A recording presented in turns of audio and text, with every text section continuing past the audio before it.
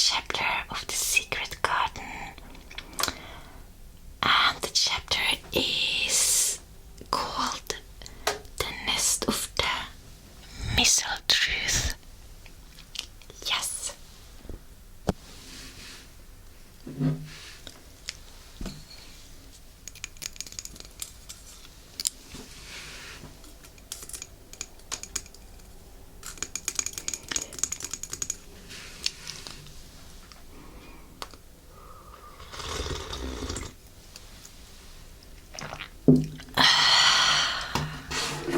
Chapter 11. The Nest of the Mistletoe. Thrush.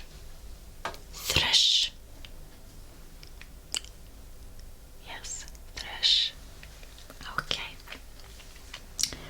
For 2 or 3 minutes he stood looking round him while Mary watched him, and then he began to walk softly, even more lightly than Mary had walked the first time she had found herself inside the 4 walls. His eyes seemed to be taking in everything. The grey trees with the grey creepers climbing over them and hanging from their branches, the tangle on the walls and among the grass, the evergreen alcoves with the stone seats and tall flowers urns standing in them.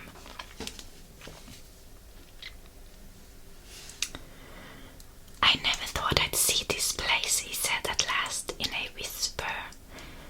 Did you know about it? Asked Mary.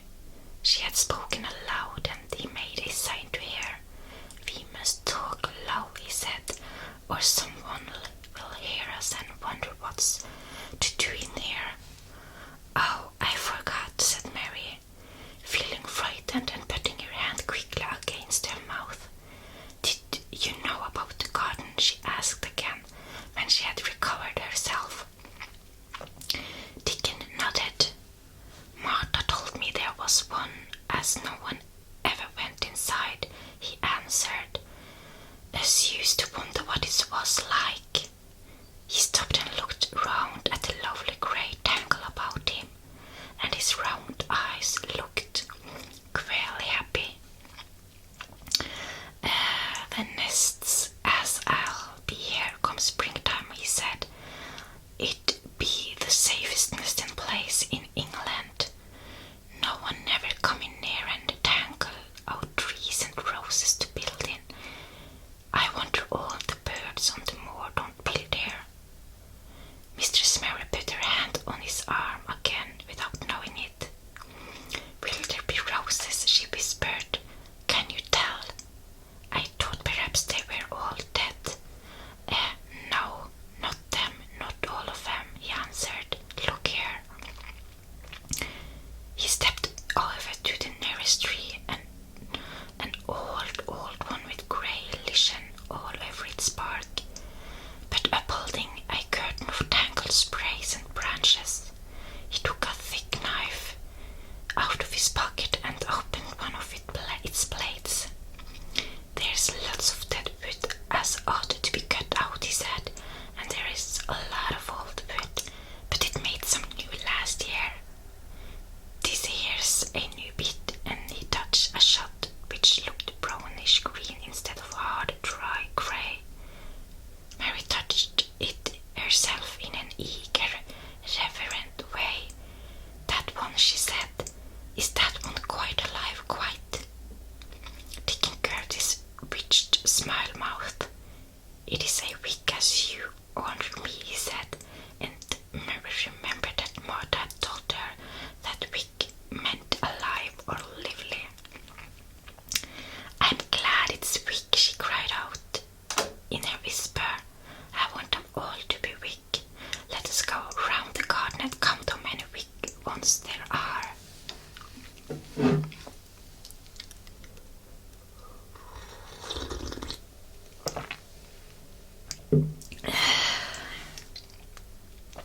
She quite panted with eagerness, and Dickon was as eager as she was.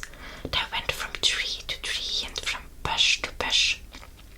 Dickon carried his knife in his hand and showed her things which she thought wonderful.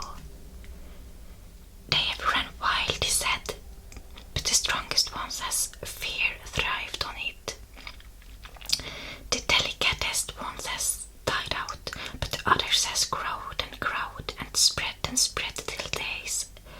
I wonder. See here, and he pulled down a thick, grey, dry-looking branch. I thought you might think this was dead wood, but I don't believe it is. Down to the root, I'll cut it low down and see. He knelt and with his knife cut the lifeless-looking branch through not far above the earth. There he said exultantly, I told thee so. There's green in that wood yet, look at it.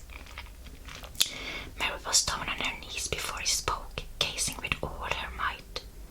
When it looks a bit greenish and juicy like that, it's wick, he explained.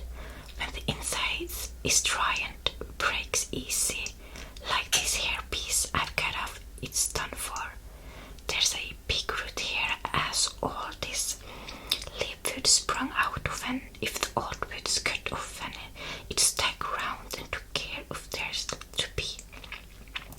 He stopped and lifted his face to look up at the climbing and hanging sprays above him. There'll be fountains of roses here this summer.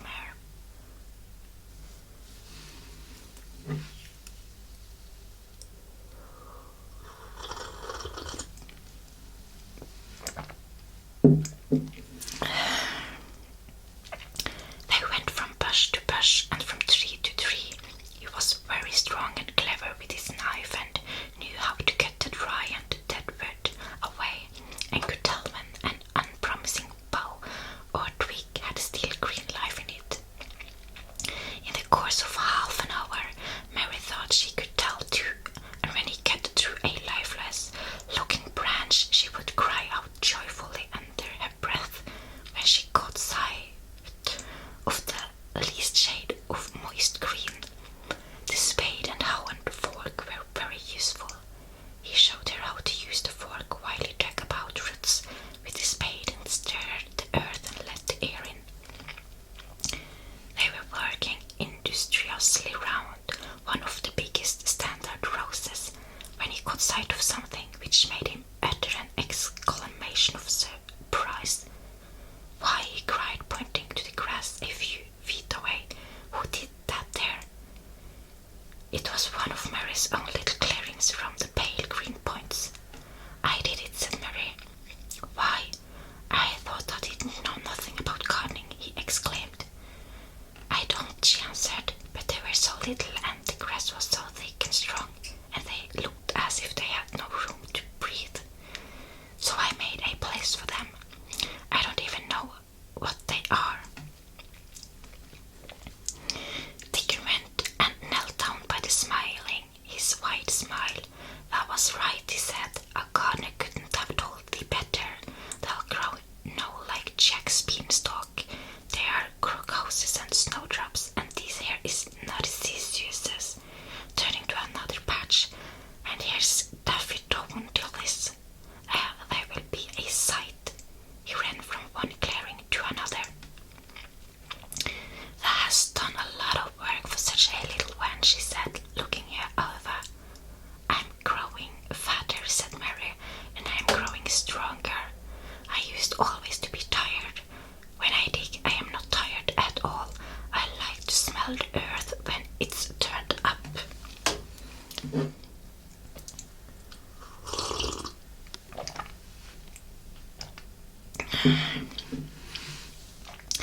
It's rare good for thee, he said, nodding his head wisely.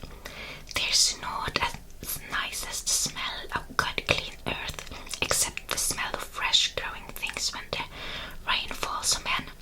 I get out on the moor many a day when it's raining, and I lie under a bush and listen to the soft swish of drops on the heather, and I just sniff and sniff.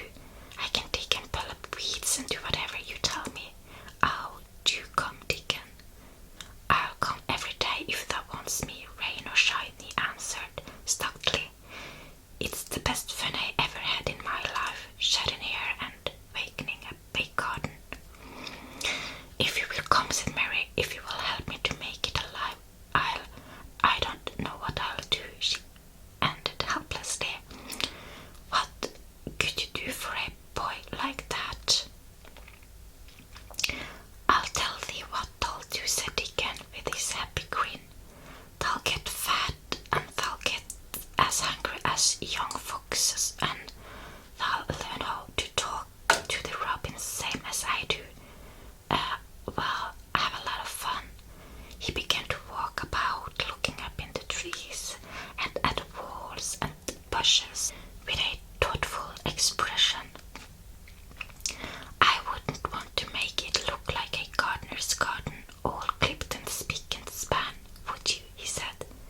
It is nicer like this, with the things running wild and swinging and catching hold of each other. Don't let us make it tidy, said Mary anxiously.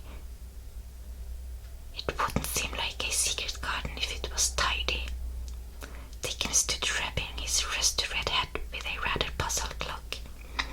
It's a secret garden, sure enough, he said, but seems like someone besides the robin must have been in it since it wasn't shut up 10 years ago. But the door was locked and the key was buried, said Mary. No one could get in. That's true, he answered. It's a queer place. Seems to me as if there's been a bit of browning down here and there later than 10 years ago. There later than 10 years ago. But how could it have been done, said Mary. He was examining a branch of a standard rose and he shook his head. Aye, how could it, he murmured, with the door locked and the key buried.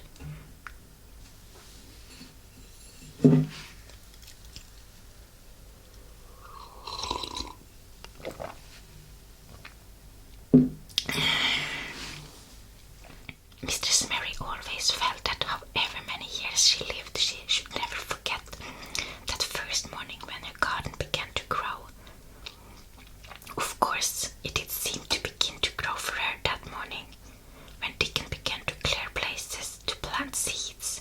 She remembered what Basil had sung at her when he wanted to tease her.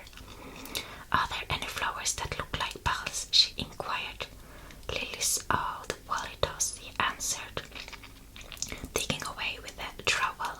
And there's Canterbury bells and campanulas.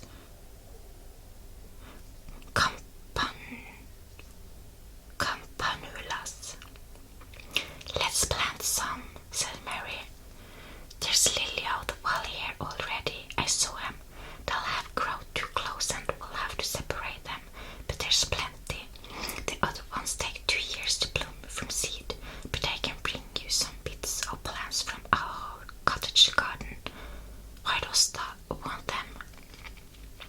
Then Mary told him about Basil and his brothers and sisters in India, and of how she had hated them, and of their calling her Mistress Mary.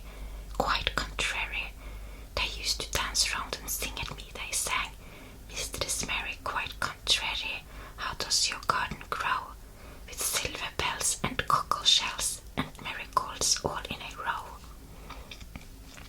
I just remembered it, and it made me wonder if there were really flowers like silver bells. She frowned a little and gave her trowel a rather spiteful dig into the earth. I wasn't as contrary as they were, but Dickon laughed. He said, and as he crumpled the rich black soil, she saw he was sniffing up the scent of it.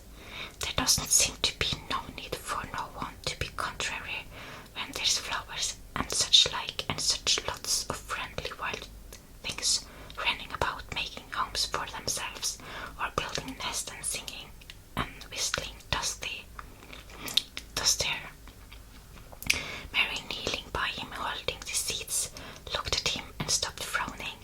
Dickon, she said, you are as nice as Martha said you were. I like you, and you make the 5th person.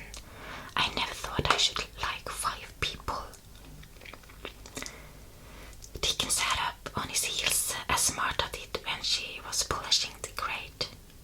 He did look funny and delightful, Mary thought, with his round blue eyes and red cheeks and happy-looking turned-up nose. Only 5 folk as thou likes, he said. Who is the other 4? Your mother and Martha. Mary checked them off on her fingers, and then the robin and pen Weatherstaff. Dickon laughed so that he was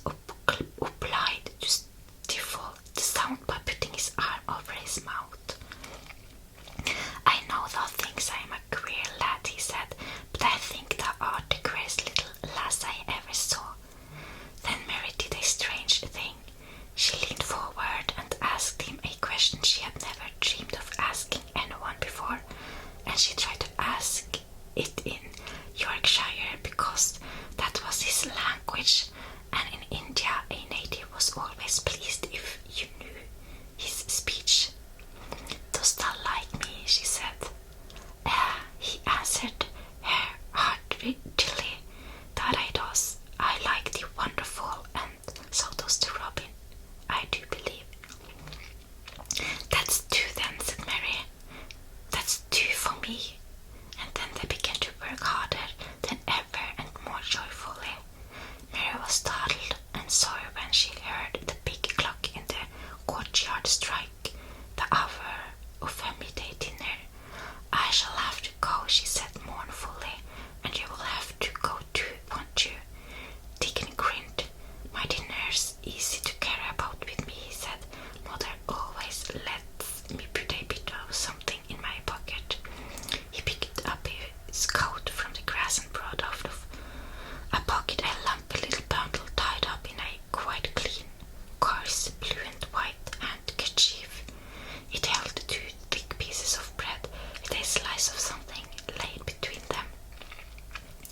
"It's oftenest not but bread," he said, "but I've got a fine slice of fat bacon with it today." Mary thought it looked a queer dinner, but he seemed ready to enjoy it. "Run on and get thy victuals," he said. "I'll be done with mine first. I'll get some more work done before I start back home." He sat down with his back against a tree. "I'll call the robin up," he said, "and give him the rind on the bacon to peek at. They likes a bit of fat wonderful." Mary could scarcely bear to leave him. Suddenly it seemed as if he might be a sort of wood fairy who might be gone when she came into the garden again. He seemed too good to be true. She went slowly halfway to the door in the wall, and then she stopped and went back. "Whatever happens, you never would tell," she said. His poppy-colored cheeks were distended with his first big bite of bread and bacon, but he managed to smile encouragingly. "If thou was a missel thrush and showed me where thy nest was, dost thou think I'll tell anyone?" "Not me," he said. "Thou art's as safe as a missel thrush," and she was quite sure she was.